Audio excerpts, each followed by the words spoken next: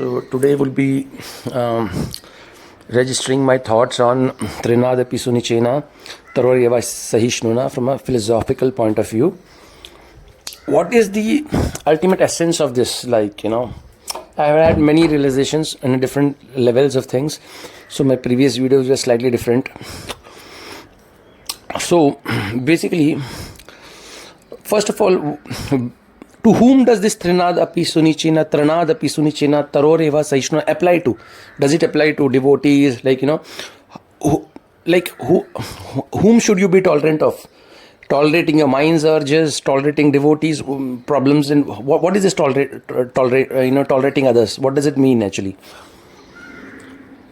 And what is the significance in the overall scheme of things? Why is it so essential that Chaitanya Mahaprabhu includes this tranad sunichena taroreva sahishnuna as the core principle in one of his 8 verses, and that to the verse pertaining to the highest yuga dharma, Sankirtaniya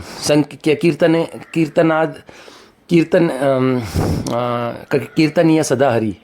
So in that verse, why would he include this particular subject matter? Why is it so important? So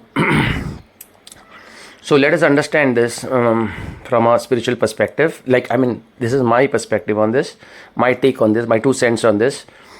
So first of all, what I was thinking, let us go to the spiritual world. Okay, in the spiritual world, Krishna sometimes betrays Radharani, and he goes to Chandravali and he leaves Radharani. Radharani gets angry like fire. She gets so angry with Krishna. She goes to Man Mandir. She has her Man Leela. That's actually part of a Mahabhav, experiencing Mahabhav. And she gets so angry. You left me. I loved you so much and you left me for somebody else. How could you do that? How could you ever do that? So she really is literally... nobody can appease her. Then Krishna realizes his mistake and then he goes to Radharani and he's like, I forgot you, I'm so sorry. And first thing he does is he pays obeisances, he massages her feet. And no matter what, she cannot be appeased. She's so angry. And Krishna, and she treats Krishna harshly. She speaks so many harsh words. And here Sakhis, like Lalita, Vishaka, they speak so many harsh words to her. Get out, why did you come here? You betrayer, you lampato, why did you come here? So, but, Krishna tolerates it. Now the word tolerate comes here. He completely tolerates it. And he never, retaliates in any way. He's completely humble. Tranad sunichena taroreva sahishnuna. So when do you become tranad sunichena? Generally in this material world, when do you see people becoming tranad sunichena? When they have done some mistake, right? If you have done some mistake and you have forgotten your wife's birthday or your mother's birthday, and you go to her and then she shouts at you and then you say, I'm so sorry. And no matter how she shouts at you, you still become humble as a blade of grass and you tolerate everything, all the insults and everything, right? So, the core principle of in this world, when do you see a person is willingly becoming tranad sunichena? When he knows that he has done some big mistake, and he's supposed to be begging forgiveness from somebody else. Then the core principle in that begging forgiveness becomes that you have to be humble and you have to tolerate all the things that the opposing party will tell you. So, you can see this thing in Krishna Leela, where Krishna is completely humble as a blade of grass and completely tolerant, and then Radharani is really angry, and anger is an expression of Mahabhav. In the spiritual world, Mahabhav, the highest love, is expressed in the form of anger. And Krishna enjoys this anger. He just enjoys this transcendental. So this is a pastime for Krishna's pleasure only, and Krishna enjoys this. Now the point is, Krishna enjoys it. Just like Radharani goes into Vipralamba Bhav, and then Chaitanya Mahaprabhu comes in the form of a devotee to experience the Vipralamba Bhav. So material world is something like that. We have betrayed Krishna. There is no doubt about it. We have betrayed him, and we did the biggest mistake of our life. We left the spiritual world and somehow we came to the material world. It's a big mistake. It's a totally big mistake. We have done that. And now Krishna is enjoying like Srimati Radharani. He is in ecstasy. Shrishti harir naiva prayojana pekshatu kurute kevala anandat. What is this anandat? Yatha matthasya nartanam. This ananda This entire Shrishti, everything Krishna is doing like an ecstasy of a madman dancing. That he is not doing it for any purpose. So the whole point is he's enjoying a Leela, and that Leela is his Man Leela. We are inside Krishna's Man Leela, just like Krishna is inside Radharani's Man Leela. Now he wants to enjoy that position also. Okay, and we are, unfortunately, we have volunteered for that. Like Jai Vijay. Somehow we have, not like Jai Vijay, because they volunteered for service. In our case, we wanted to, because we wanted to enjoy the separately from Krishna. So now we are the part of that. So Krishna is going to enjoy his Man Leela here. And what is his Man Leela? He's not going to leave us. He's always going to be there with us. Because he loves us more than anybody else. He wants to take us back to the spiritual world. But this entire process is that Krishna is angry with us. Anger is also an expression of love, the highest expression of love. And he is experiencing the Mahabhav anger symptom of Srimati Radharani. When she feels angry with Krishna. He is angry with the living entities. Why did you leave me from the spiritual? Why did you betray me? Why did you go to the material world and enjoy all these material attachments?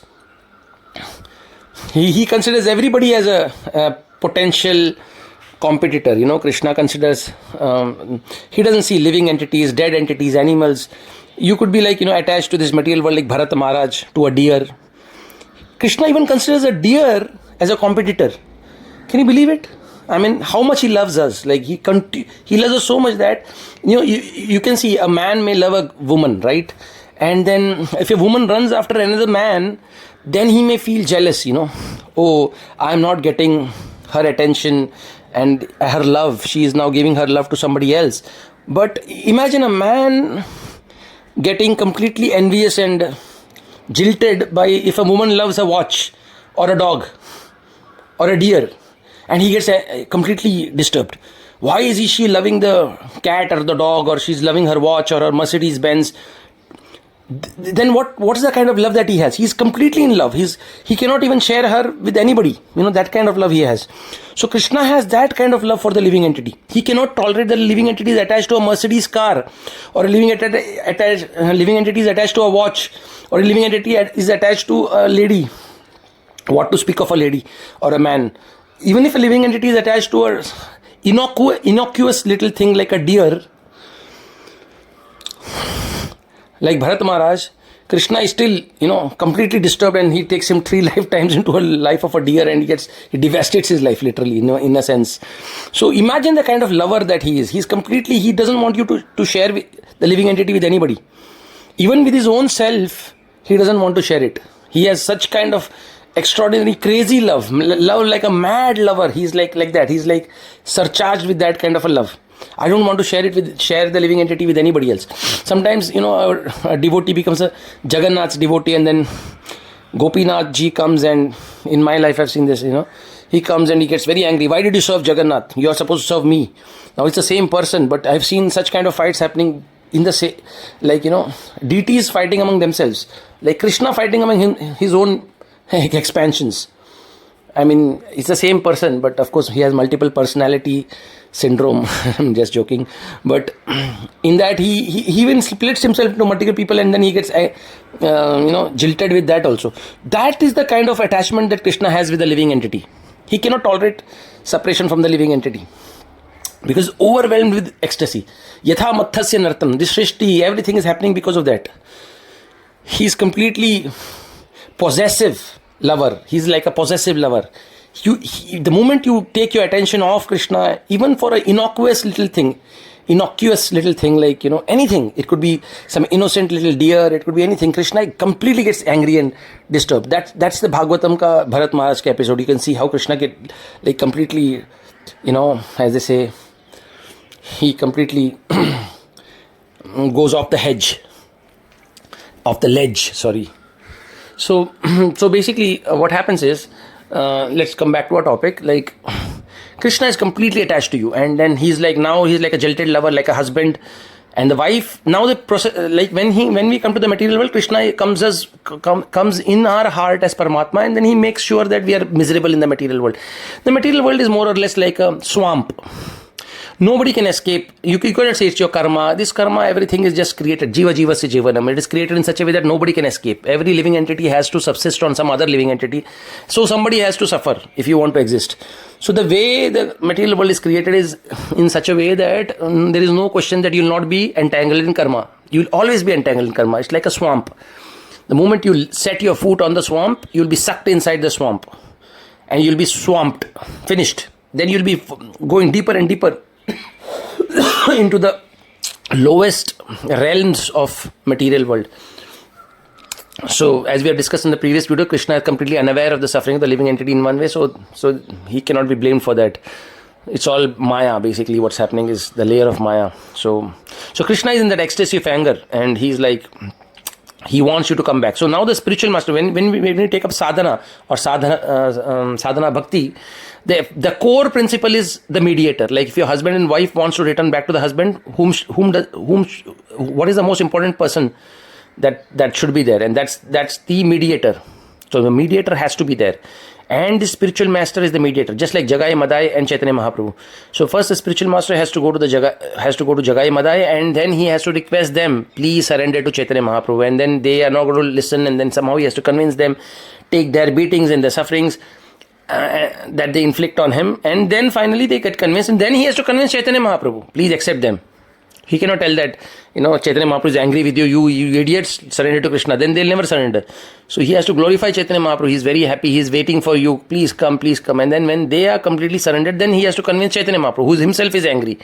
So the spiritual master acts like a mediator between the husband and the wife to settle them. So now where does tranad, sunichena, taroreva, sahishnuna come into the picture? So now the most important thing that happens is the first thing when the entire process of devotional service is to appease Krishna. Krishna is angry, so you're supposed to appease him. And how do you appease Krishna? You appease Krishna by all the entire process of devotion. You feed him prasad, you serve him, you do menial service, you take all his beatings and sufferings and everything, and you pay obeisances to him. Please, I'm sorry. Why is obeisances such an important thing? Because see, when Krishna says, I'm going to speak the most important verse of the Srimad Bhagavatam, Bhagavad Gita, the most important verse of the Bhagavad Gita, he says, Paramam Guhyam, it's the Guhyatama. It's the highest secret. And he says, Param Vacha, it is the highest instruction I have ever spoken to you. In the entire Bhagavad Gita, I am going to speak that Param Vacha. Param is the highest. Vacha means instruction. And what is that? Mam Namaskaru. Pay obeisances to me. Why is that included in the four most important instructions of the Bhagavad Gita? Like the ultimate instruction of the Bhagavad Gita. Manmana, think of me. Bhava mad bhakto, become my devotees.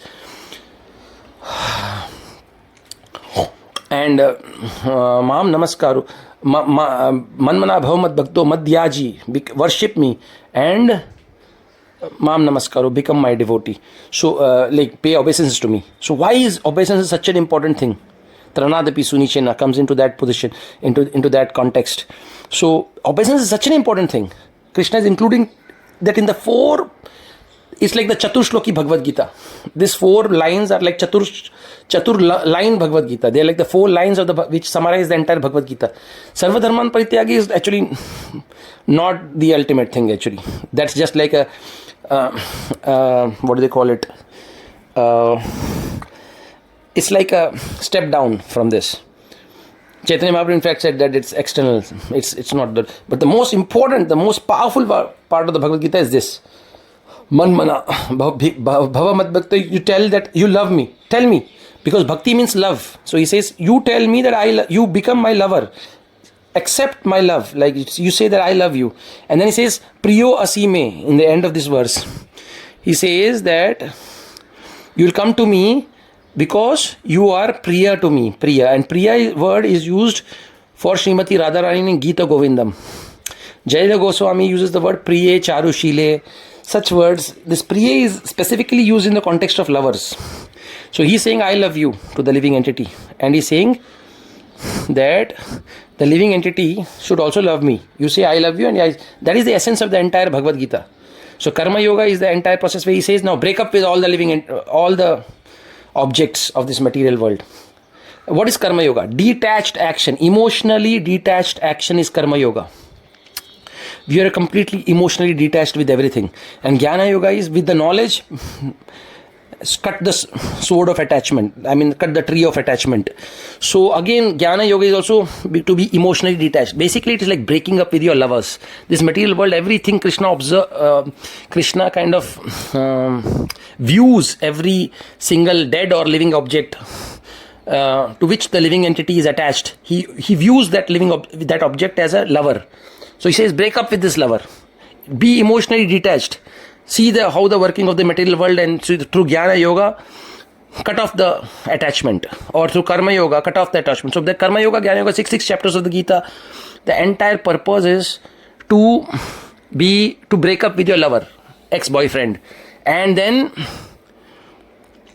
current boyfriend, and then to come back to your ex-boyfriend, who is Krishna. So that is the entire purpose of the Gita, Bhagavad Gita, basically. So then he says, become my lover, I love you. So Krishna wants you to come back to him. Now when you come back to him, he's like Srimati Radharani's mood. He's like, very, very angry mood. And he's like, why did you leave me? I'm still sulking. He's still sulking, With all the sadhakas, don't think that Krishna is completely accepted us. He's sulking. The moment he accepts us, we have gone back to Godhead. It's finished. He's still sulking. He still has got a problem with us. And that is like, why did you leave me? He's still not forgotten it. So our whole process is right now, we are like in how Krishna goes to Srimati Radharani. He is supposed to appease her. So the first principle of appeasement is pay obeisances. Mama man mana bhava mat bhakto, express your love through service and then pay obeisances. So that is the process of devotional service. You go to Krishna and you are like, I am sorry Krishna. This Hare Krishna mantra is nothing but the cry of a child for Mother Hara and telling mother, please tell father to accept me. Please tell father to accept me. I'm suffering in this material world. I'm helpless. I'm horrible. I don't want to stay here. Please engage me in your service. I want to come back to you. I want to be your lover again. Please, Mother Hara, please accept. So the whole process is again requesting Krishna to accept you back. The moment he accepts you, it's 1 minute. It's over. You'll go back to Godhead.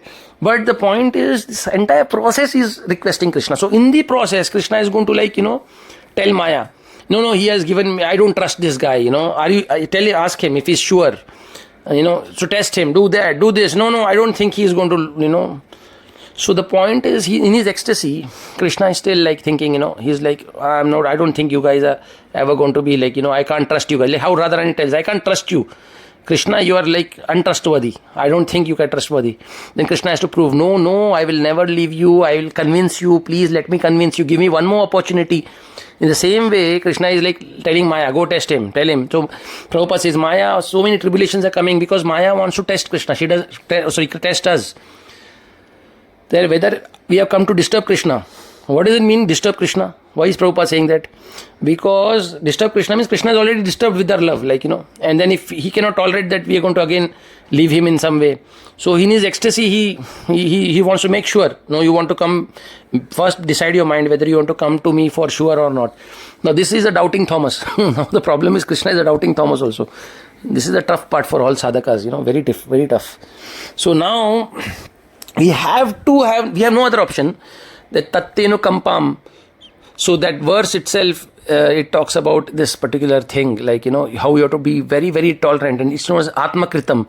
That verse includes that, you are supposed to tolerate the atmakritam. Atmakritam means the atma could be the mind. As per Chaitanya Mahaprabhu, atma has many multiple meanings. In the Atmaram verse, he says atma is the mind, atma is the soul, atma is Krishna. So atma is the mind, atmakritam will be the mind is the cause of your trouble. So, or you can say the soul, Atma, basically, that you yourself are the cause of your trouble. Your karma is the cause of your trouble. Or Atma could mean Krishna. Krishna is the cause of the trouble. So, if Krishna is the cause of the trouble, then what happens? Then you tolerate Krishna's whatever trouble he is giving you, because Krishna is still angry with us. So, now the only option that we have is tranad, appease, sunichena, means you have to go to Krishna in a humble attitude. Ki Krishna, I'm okay, it's okay, I'm sorry. No matter how you treat me, Ashli Shava Padaratam, I don't care. But I'm still going to love you. You are still going to be my love, unconditionally, you're going to be my Lord. And all these things are going to happen with Krishna. No, I'm not doing this with Krishna. I literally fight with him. So that is my problem now, what to do. But But a sincere devotee is supposed to do that. No, so initially when you think of this verse, tranad appease sunichena taro reva saishna, it applies to the living entities actually. Like we think so. There are different stages of devotion service. There is the kanishta adhikari, the madhyama adhikari, and the uttama adhikari. The kanishta adhikari is basically in the level of I and mine. Like I means I am the center of everything. I am the devotee. I am the devotee of Krishna, and Krishna. Mine is Krishna is mine. My guru is mine. They are the only people who are like my people are the best. My guru is the best. So he is the one. Me, guru, and Krishna and stuff like that. So the whole concept is based on I, aham, memeti. Basically, the concept is like almost like a materialistic kind of a devotee, like that Kanishta.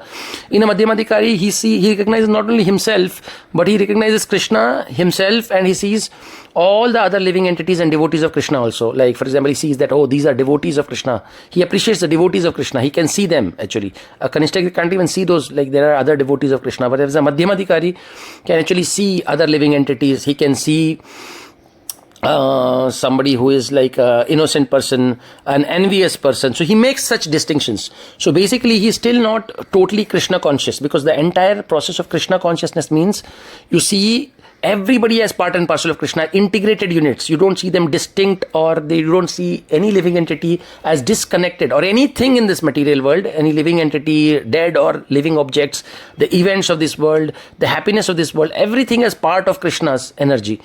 So in a Madhyamadhikari, he's still seeing everything is disconnected from Krishna. So he sees the living entities as devotees of Krishna as different, and non-devotees as different.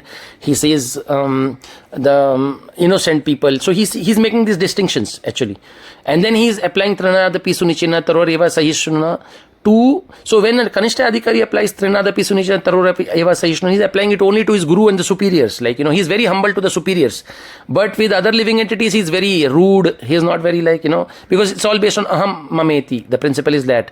Whereas a Madhyamadhikari, he is applying tranad appease sunichena taro reva sahishnuna principle to all the devotees of Krishna. Basically, he's saying he's being very humble with respect to other Vaishnavas. He respects his superiors like anything, and he shows his humility and tolerance towards his superiors. If the superiors chastise him, then he is very tolerant.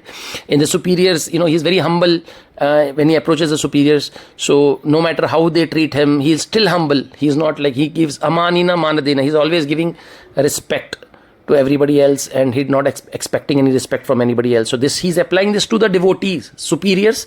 Also he's applying it to his equals.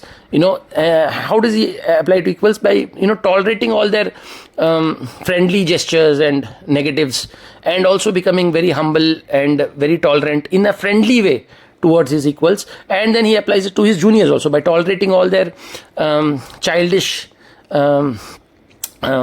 basically impertinence many times, and disrespect that they may give it to him. And then he also tolerates, and he also becomes very humble with them by being very kind to them. The humility comes in the form of compassion, kindness, and also the new living entities. He sometimes preaches to the newcomers and stuff like that, and he's very tolerant with them also. So those people may not understand Krishna, but he's somehow very tolerant towards them, and he's very humble also towards them. So in this way, he's applying tranad appease sunichena, and also by avoiding the non-devotees, he's being humble actually, because he doesn't want to fight with the non-devotees. So he just avoids them, and he respects them. Being tranad appease sunichena, he respects them, but from a distance. He pays them obeisances, but from a distance. Even materialistic devotees or neophytes or non-devotees, he just respects them from within his mind. So he's humble in that sense. He's always paying obeisances, but he's also tolerating them, but from a distance. So he's applying all this tranad appease sunichena taro reva sahishnuna to various living entities. So first, the Kanishta Adhikari was applying tranad appease sunichena taro reva sahishnuna to his spiritual master, to Krishna. Because he sees my spiritual master. My spiritual master and Krishna, they are the only people who exist. Everybody else is a Dumbo. So he's applying that to them, basically. So he's very respectful towards his superiors, but to his juniors and all, he is like completely arrogant. The second category is respectful towards every living entity, but he sees them as being separate from Krishna. He's seeing them as disconnected from Krishna. A Madhyamadhikari. Whereas a Uttamadhikari doesn't see anything other than Krishna. He only sees Krishna, nobody else. Because he sees everybody as part and parcel of Krishna. So he doesn't see them disconnected from Krishna. Somebody comes and slaps him, Uttamadhikari, he doesn't see those people as the cause of the slap. So there is no question of applying tranad appease sunichena taro reva sahishnuna to those people. It is impossible. Because he doesn't see them as a cause only. So he doesn't see anybody, he sees only Krishna. So if somebody slaps him, Uttamadhikari says, oh Krishna, you have sent this devotee to slap me. No problem. So like how does Gaur Kishore Das Babaji, when the children are throwing stones at Gaur Kishore Das Babaji and splitting at him and urinating on him, he didn't look at the children. He didn't even see them as existing separate from Krishna, disconnected from Krishna. Rithayartham yat pratiyatana pratiyata cha atmani tada vidyad atmano mayam yatha bhaso yatha tama. So anybody who sees anything in this world as disconnected from Krishna, that is meaningless. And still he thinks that such a thing exists in this world, disconnected from Krishna. That is Maya, basically. Because nothing can exist disconnected from Krishna. So a pure devotee sees every object as part of Krishna's body, Brahman. He sees every event in this world as orchestrated by Krishna's mind or Chit Shakti, Satchitan realization. And then he sees all the happiness, the romance, everything that he feels in the material world. He sees, oh, this is all coming from Krishna's happiness. So basically it's because Krishna is present, that's why I'm feeling happy. Just like Surdas, he saw the prostitute and then he saw, oh, the romance that I'm feeling for this prostitute is coming from Krishna and Radharani. Originally, it's a drop of that. So when I saw that in the material world, a perverted drop of that, I'm so much attracted. So how much attracted I will be when I see so he only sees Krishna. Vasudevam Sarvamiti, Sa Mahatma. So he sees Vasudevam in Sat, he sees Vasudevam Chit, and he sees Vasudevam Ananda. Sat Chit Ananda, he sees Vasudevam only. So there is no question of him being applying tranad, appease, sunichena, taroreva, saishna to the living entities of this world. He cannot apply it to the living entities. So to whom does he apply this tranad, appease, sunichena, taroreva, saishna? He is applying it to Krishna. So what does Gaur Kishore? Of course, Gaur Kishore Maharaj is already liberated soul. So he doesn't have to apply tranad, appease, sunichena in that sense. So he tells Krishna, oh Krishna, you have sent your friends to harass me. So today evening I will complain to Mother Yashoda. That's what Gaur Kishore Das Babaji tells Krishna. He doesn't even look at the living entities who are spitting on him. They're throwing stones at him. They are literally making fun of him. They are like, literally mocking him. But he doesn't look at them. He doesn't feel any hatred towards them. Nothing. Because he sees everything is being orchestrated by Krishna's energy, Maya. And it's all Krishna is only doing it. Nobody else, because Maya herself doesn't do anything without Krishna's permission. So Maya will come and take objection. I am not doing anything on my behalf. I am doing everything because Krishna told me to do it. I don't even lift a blade of grass without Krishna's permission. So everything is being done by Krishna. So he sees Krishna only. So now where does the sadhaka who has reached the Uttamadhikari stage, or now once you completely enter Uttamadhikari, you are under Yoga Maya, then there is nothing. Everything is as per Krishna's desire. But now you are in Uttamadhikari, almost on that level of an Uttamadhikari, where your vision is of an Uttamadhikari, but you are not probably become a completely entered Yoga Maya on the transcendental world, spiritual world, but you are entering the realms of prema. So in this stage, the Tranadapi Sunichena Taroreva Sishna applies to Krishna. So a neophyte applies it to his guru. He is tolerant of his guru and he's tolerant. So, but basically, Madhyamadhikari is applying to the devotees, whereas the Uttamadhikari is applying to Krishna. So he knows that, oh, I have offended Krishna in the spiritual world. Now Krishna is sending so many tribulations for my purification. What does it mean purification? It means that, sending tribulations so that, because I have left him. Now he is like, angry with me. So now I have to tolerate. So Krishna, okay, I have done a mistake. Please forgive me. It's okay. Please forgive me. So he is very tolerant and he is applying this tranada pisunichana taroreva saishna to Krishna himself at the highest stage. And then he is very tolerant because he is Krishna conscious. He sees everything as connected to Krishna. So he cannot see in this world anything other than Krishna. So where does he apply this tranada pisunichana? To Krishna, of course. He's applying everything to Krishna only, basically. So he's very humble and he's with folded hand is saying, Krishna, thank you. I know that I deserve more. I've done this to you. I left you in the spiritual world. Just like how Krishna prays to Srimati Radharani. So he is actually, so by doing that, Krishna is very much appeased, He's like, he's in the mood of Radharani. And Radharani is very easy to appease. When Krishna massages her feet, she shortly, with a little bit of service, Radharani becomes happy. And she's like, okay, now, okay, fine. Next time don't do it, okay? Come back, okay. Then Lalita Vishaka also accepts him. Tell Krishna, come inside. You are allowed inside once again. So Krishna is very happy. In the same way, the living entity, he has to do this Mam Namaskaru. That's the core point.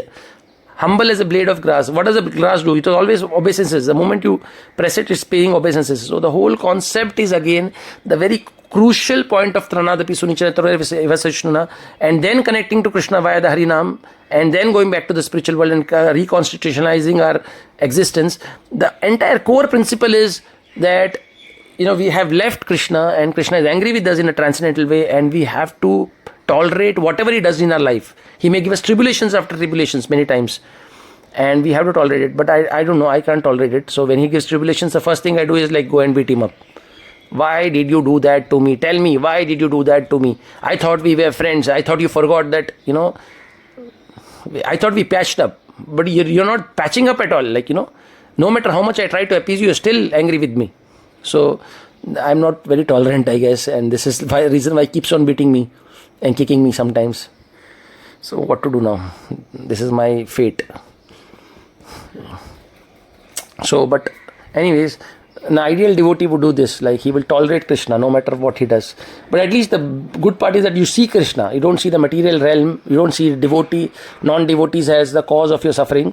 But you see only Krishna as, they are just instruments. Nimitta matra bhava savisachi. They are just basically instruments in the hand of Krishna.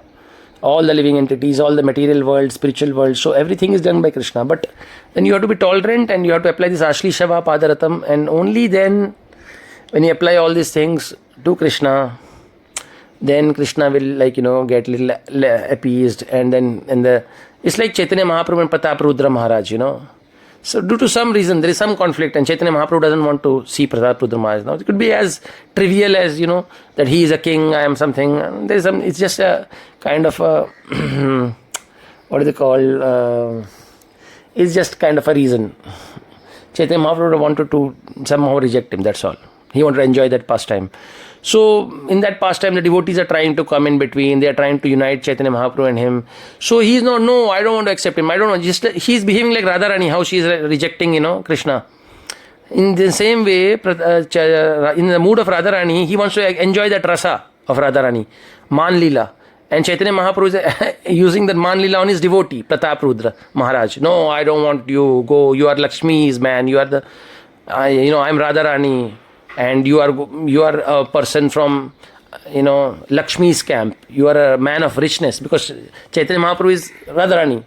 And Pratap Rudra Maharaj is from Shri Temple. So in that rasa also, she's viewing him as Lakshmi's person.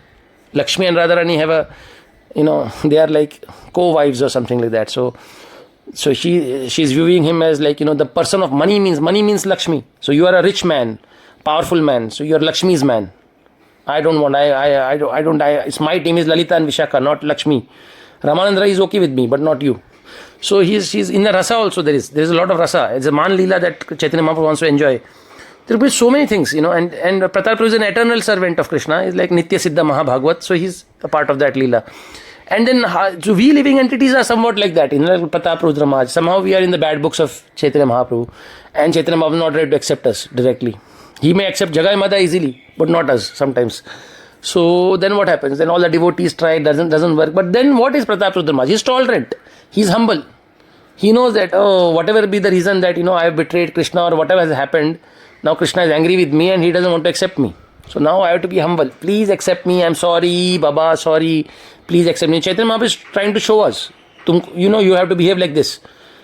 Like how Pratap Rudra Maharaj is behaving. And then Chaitanya Mahaprabhu is still not accepting him. Then he accepts his services indirectly through his son and like that. So, through the spiritual master, we may serve Krishna sometimes, then he'll accept our service through him, through some devotees. By serving the Vaishnavas, he'll accept us through Brahmanas. When we feed Brahmanas, Krishna eats through the Brahmanas.